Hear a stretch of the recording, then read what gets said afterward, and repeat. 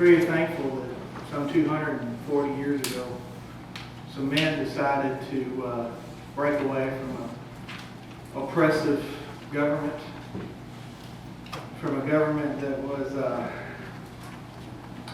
giving high, ridiculous taxes and then putting weights on the people that they just couldn't maintain. For some 240 years now, we've had thousands upon thousands upon thousands of men and women give their lives so that we can still have those freedoms that they fought so hard for in that first war. This morning, though, we're going to look at the other end of the spectrum. I'm going to tell you, be careful what you wish for, because you just might get it. It's been said that religion and politics don't mix. We should never talk about politics in the church. But when we talk about anything in the Old Testament, it's impossible. Because the entire Old Testament deals with politics. Especially when you read the books of 1st, 2nd Samuel, 1st and 2nd Kings, and 1st and 2nd Chronicles. And others that follow. Because we're learning about the political system that was set up in Israel. One thing that we need to understand is that this was not God's designed political system for the nation of Israel. Because Israel asked for the king. And this morning we're going to look at what they asked for, and what they got, and the results of such a request.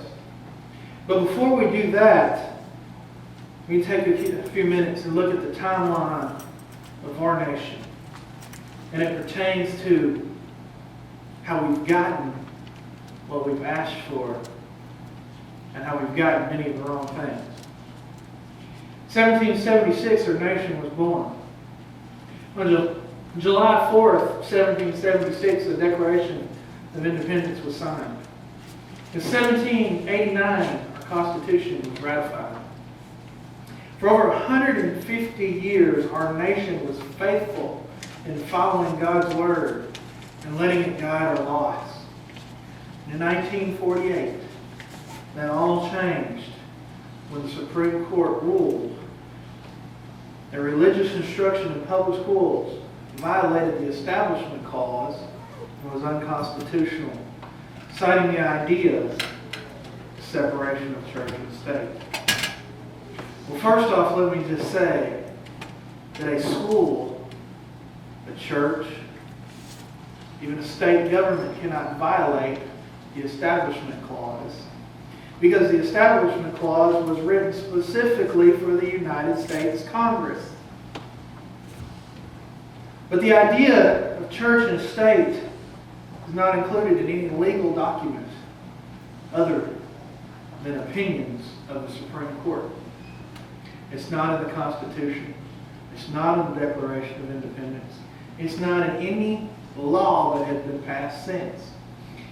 It's a statement that was in a letter from Thomas Jefferson to the current governor of Virginia at the time, where Jefferson stated that the state should not interfere with the church.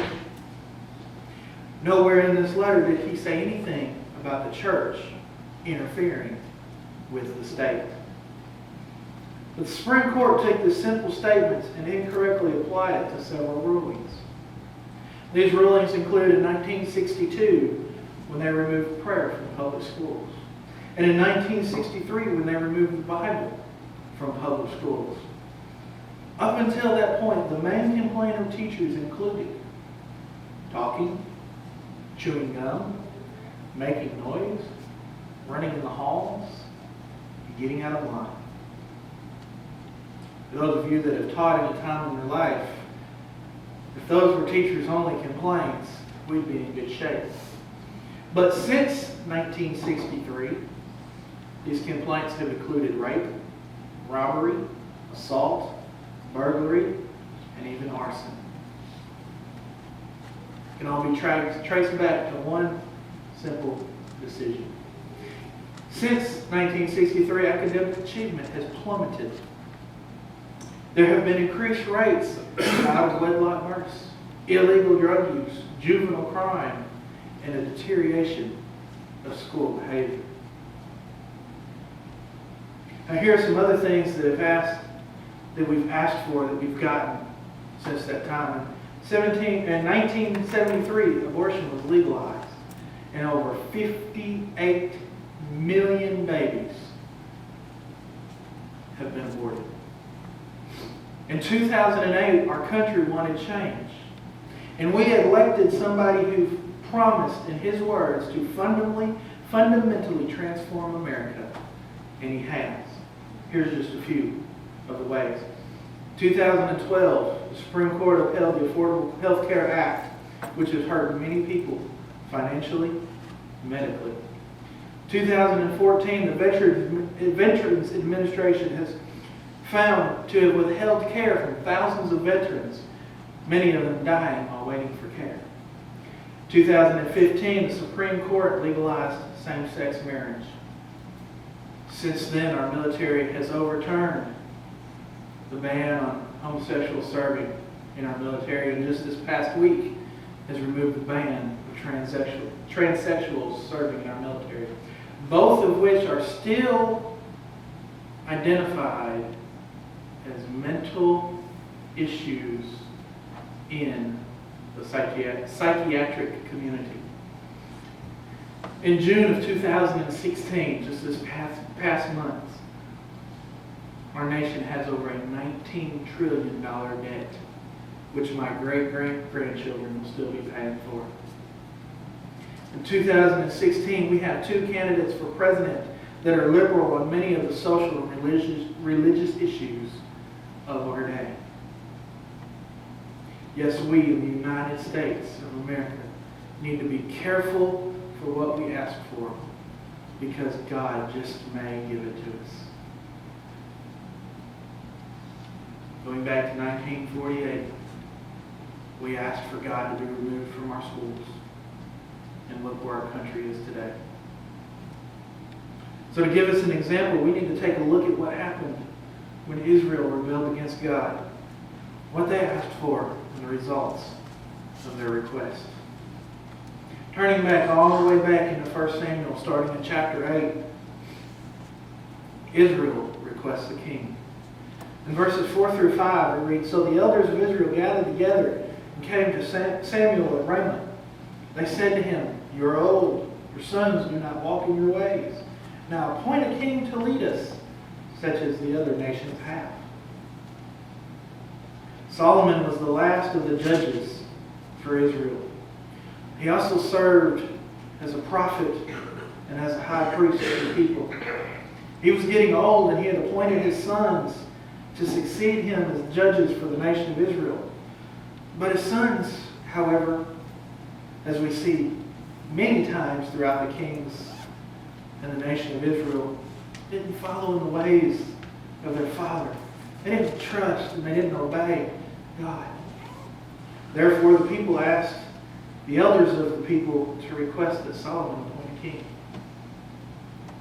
They wanted to be like all the nations around them.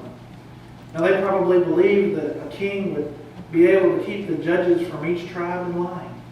Each of the 12 tribes had elders or judges that would settle disputes within the tribe. If it was a dispute between two of the tribes, usually the judge was biased towards his tribe. They were hoping that a king may be able to solve that problem. But they had other motives for asking for the king that we'll get to in a minute. But in all true honesty, they were rejecting their true king, God the Father. God had delivered them out of Egypt. He had brought them into the land that He had promised. He had given them victory after victory after victory in war, even after they rebelled against Him and worshipped idols.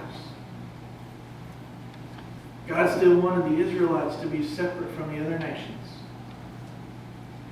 But they desired to be like the other nations. Because of that, they requested a king. So Solomon appeals to God. Samuel, does what he should do. And he went and prayed, and in verses 6 through 9 we read, "But when they said, 'Give us a king to lead us,' this displeased Samuel. So he prayed to the Lord, and the Lord told him, 'Listen to all that the people are saying to you. Not you that they have rejected, but they have rejected me as their king, as they have done from the day I brought them out of Egypt until this day, forsaking me and serving other gods. So they are doing to you. Now listen to them, but warn them solemnly, and let them know what the king who will reign over them will do.'" This request for a king, it grieved Samuel. It hurt his heart because he knew the results. He knew what would happen.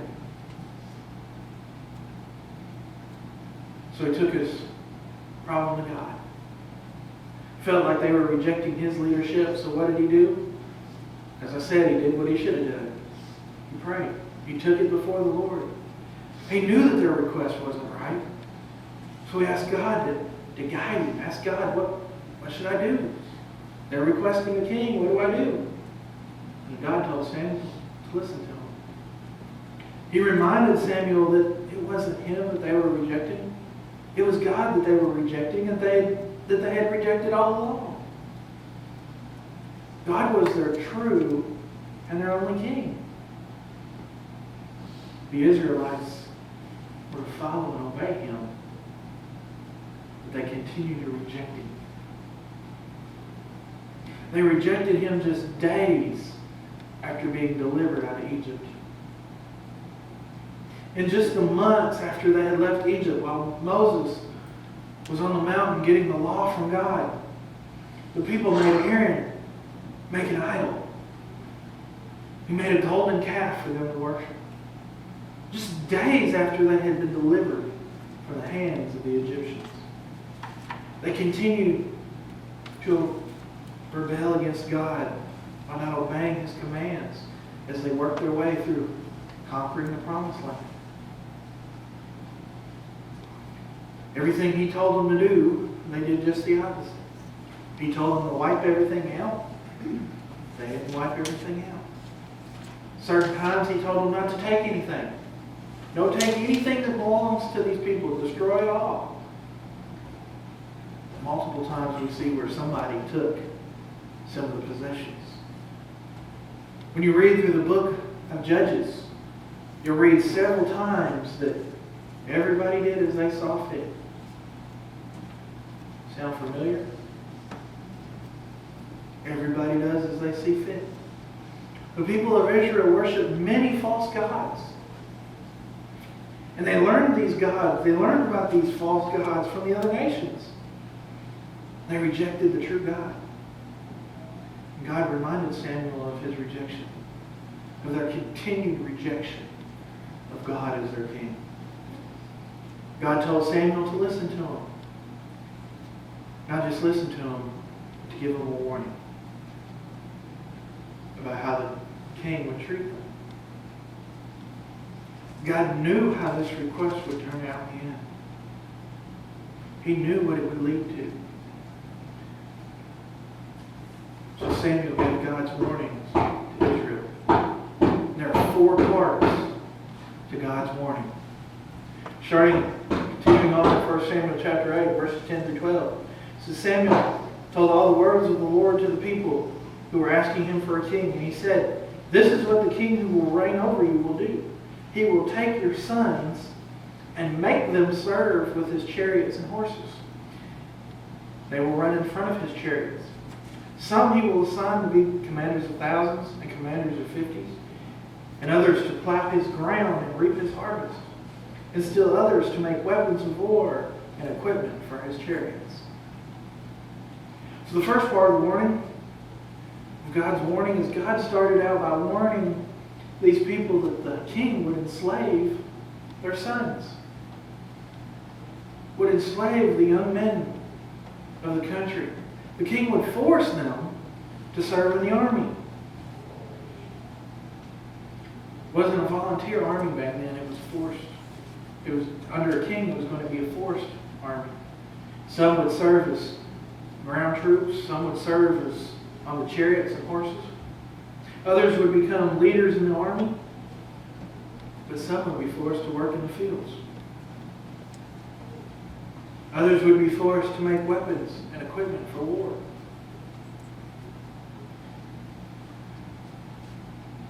As I said, their sons wouldn't do this willingly. It would be forced labor.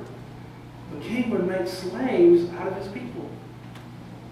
But it didn't just end with the sons. Look at verse 13. It says, and he will take your daughters to be perfumers and cooks and bakers. Not only would their sons be enslaved, their daughters would be enslaved as well. They would be forced to be perfumers or cooks and bakers.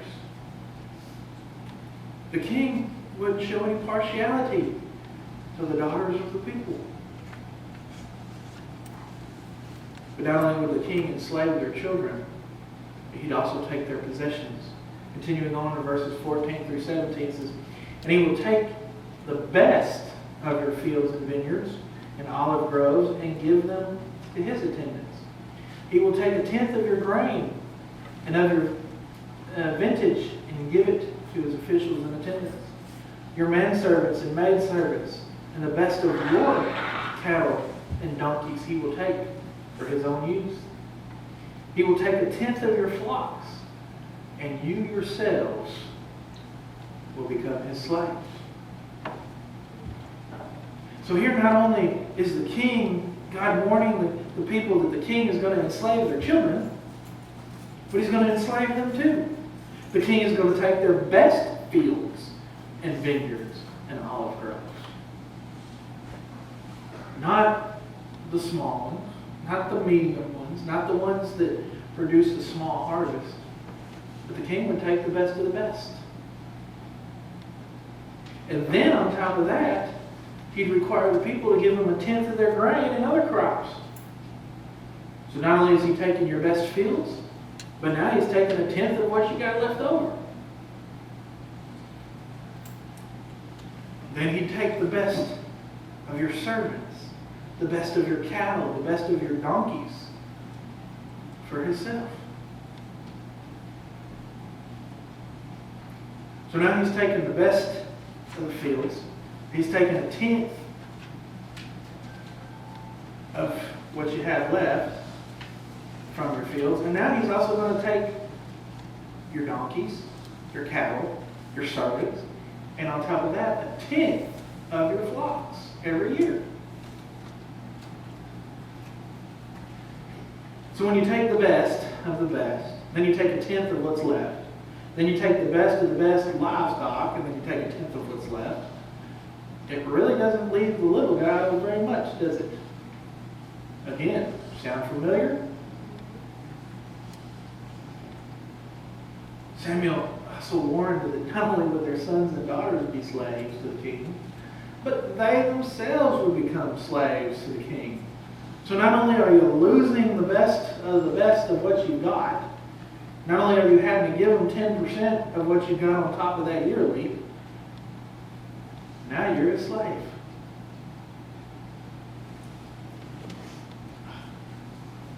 But it doesn't end there. There's one more warning. Verse 18, it says, when that day comes, you will cry out for relief from the king you've chosen. And the Lord will not answer you in that day.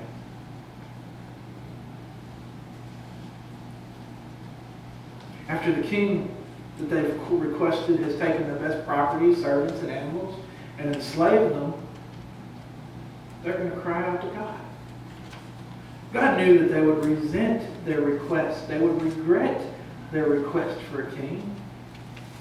He knew that they would rebel until they just couldn't take it anymore, and then they'd cry out to him.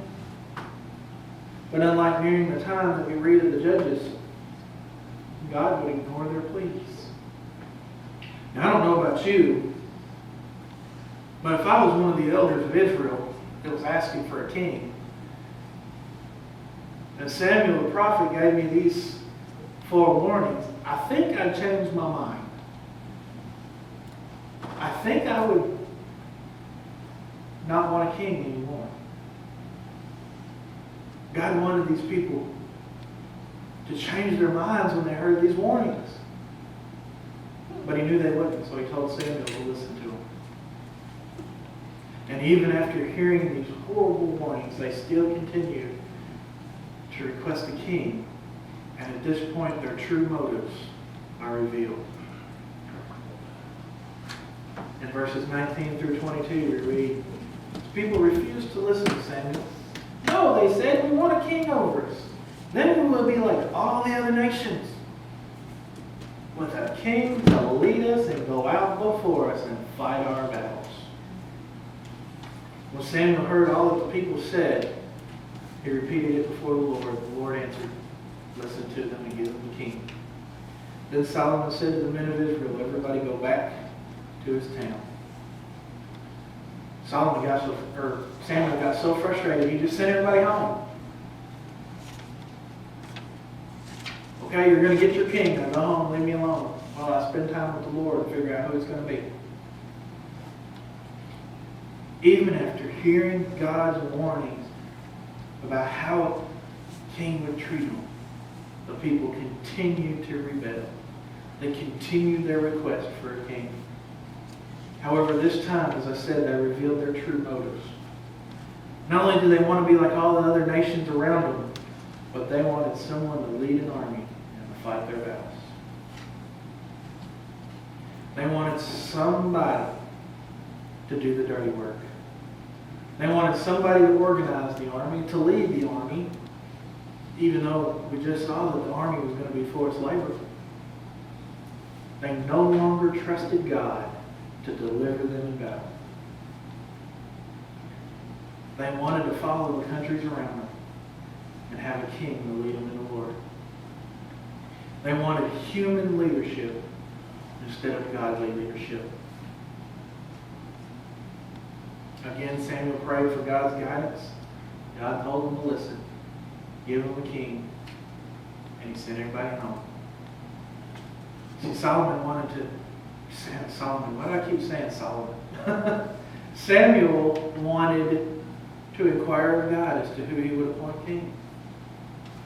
He spent time, when you read in the book of 1 Samuel after they made this decision, Samuel spends a lot of time praying about who's going to be the king. Praying for God to give the people a good king. Saul was the first king, and he began his reign in 1052 BC. Now I want to give you a real quick rundown of the king that's found in 1st and 2nd Samuel, 1st and 2nd Kings. Saul was the first, and it didn't take him long to rebel against God and disobey him. God left him. Saul was only Israel's king for 40 years. Daniel was anointed king. He didn't begin his reign until after Saul had died.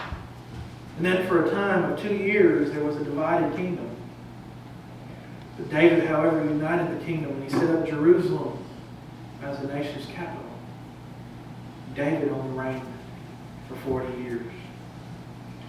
David's son Solomon also reigned for 40 years. Solomon was responsible for building God's temple in Jerusalem. Solomon began his reign, and God asked him, what can I give you? Ask for anything and I'll give it to you. And he asked for wisdom to lead the people. God granted him wisdom, but also granted him riches upon riches. The richest king to ever live was Solomon. But Solomon as well disobeyed God. He married women from foreign countries, which was specifically told to the Israelites not to do because they would lead them astray. Whereas Solomon began following God, his wives led him to serve foreign gods, false gods. Because of that, after Solomon's death, the kingdom again was divided. Judah and Benjamin separated. Jerusalem was their capital. And Israel, which consisted of the other 10 tribes, had Samaria as their capital. Again, remember the whole purpose of today. Remember what you ask for, you just might get it. And here's what they got. Israel had 19 kings. Of the 19 kings, none followed God. None worshiped Him. After Solomon, none worshiped God. Israel was defeated and they were taken into captivity by the kingdom of Assyria in 1722 BC. Judah had 20 kings. Remember, this is Judah and Benjamin together. Had 20 kings. Only 8 of the 20 followed God. However, only 2 were zealous for following God. Hezekiah was the 13th king of Judah. He tore down the high places and the altars to all of the foreign gods. He restored the worship of the true God in the kingdom of Judah. Between him and Josiah, there were 2 bad kings. Then Josiah, the 16th king of Judah, also tore down the high places and the altars that had been rebuilt after Hezekiah died. It was during Josiah's reign that the book of the law was found in the temple. Ever since Solomon, the book of the law had just been stuck back in the corner.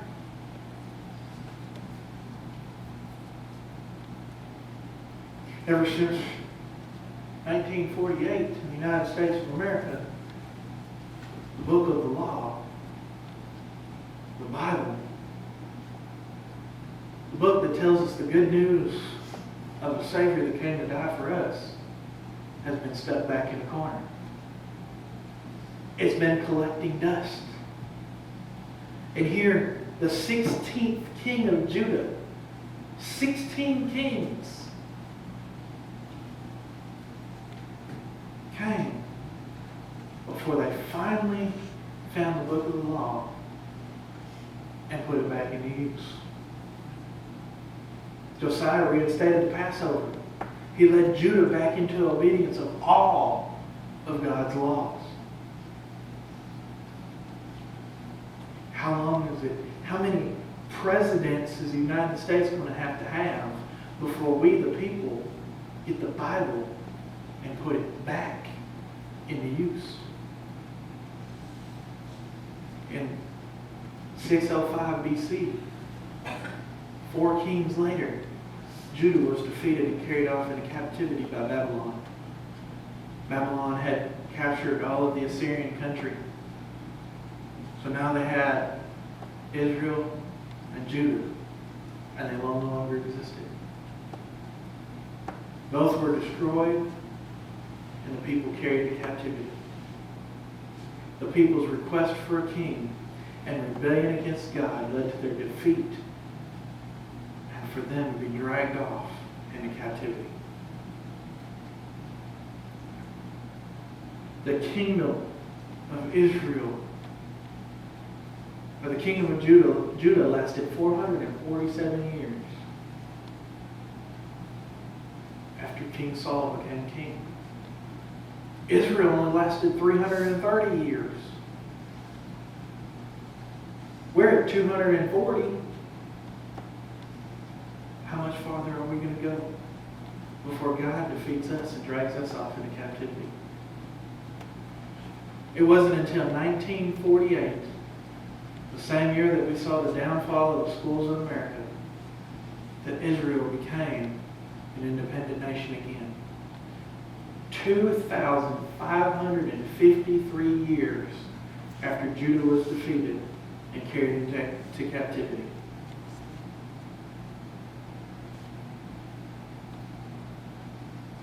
They were in captivity. They were under the rule of other nations many, many times longer than they were an independent nation, because they requested a king and they rejected God God warned the Israelites that a king would rule over them and would be cruel to them. Yet they continued to request and insist on a king. And it didn't take long, 15 to 20 years into Saul's reign, when God's warning began to show themselves. Saul refused to obey God. Therefore, God rejected him as king and anointed David. Only under David and Solomon was there a united kingdom. But after Solomon died, the kingdom divided and became more and more evil. God finally punished both kingdoms for their rebellion. The question we need to ask, after looking at the example of Israel's request, is what are we asking God for in our nation? What are we asking God to give us in our nation? When you go back and you look at the court rulings that I read about earlier, started out with one person. One person made a complaint. And here we are today.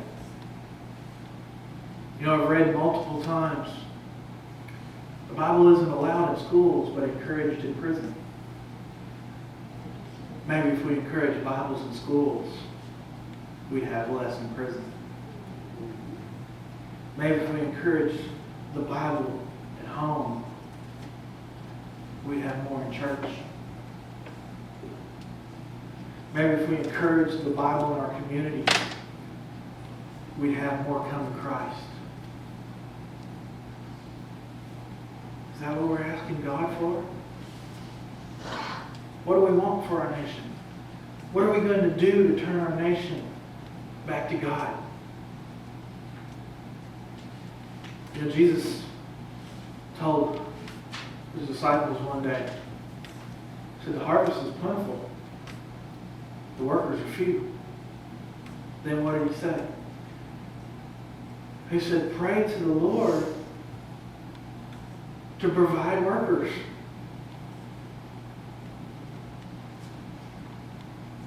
And then he followed that up a little while later by saying, go to all nations, tell them the gospel, baptize them, teach them how to live the life that I've instructed you to live. Somewhere along the lines, we quit doing that. Somewhere along the lines, we started asking our government to do everything for us. The government takes care of the poor. The government takes care of the needy. The government does this. The government does that. We want the government to ensure our rights. But there's a lot of things in the Bible, a lot of times in the Bible where God says, if you follow me. Are we following him this morning? Are we asking him for workers? Are we asking him to give us the courage, to give us the determination, to give us the willingness to be a worker? You know, I said it last week, and I looked at it again this week. 80% of the people that come to church because they were invited by somebody. 5% come to church because the preacher invited them. 15% come because they were drawn in for some reason. 15% make the decision by themselves to come to church. These are people that come to church maybe for the first time in their lives, maybe for the first time in many years. 80% come because they're invited by somebody. 100% of them expect the preacher to ask. But 80% come because somebody else in the church asked them to come to church. 80% of the people that come to church or that return to church for the first time come because of the workers that God has given us. Are we asking Him for workers this morning? Are we asking Him for courage, determination? Or are we asking Him to send somebody else to do it? Somewhere along the lines in our country, we began to ask the government to do everything for us. They were obliged. But look at where we at because of it.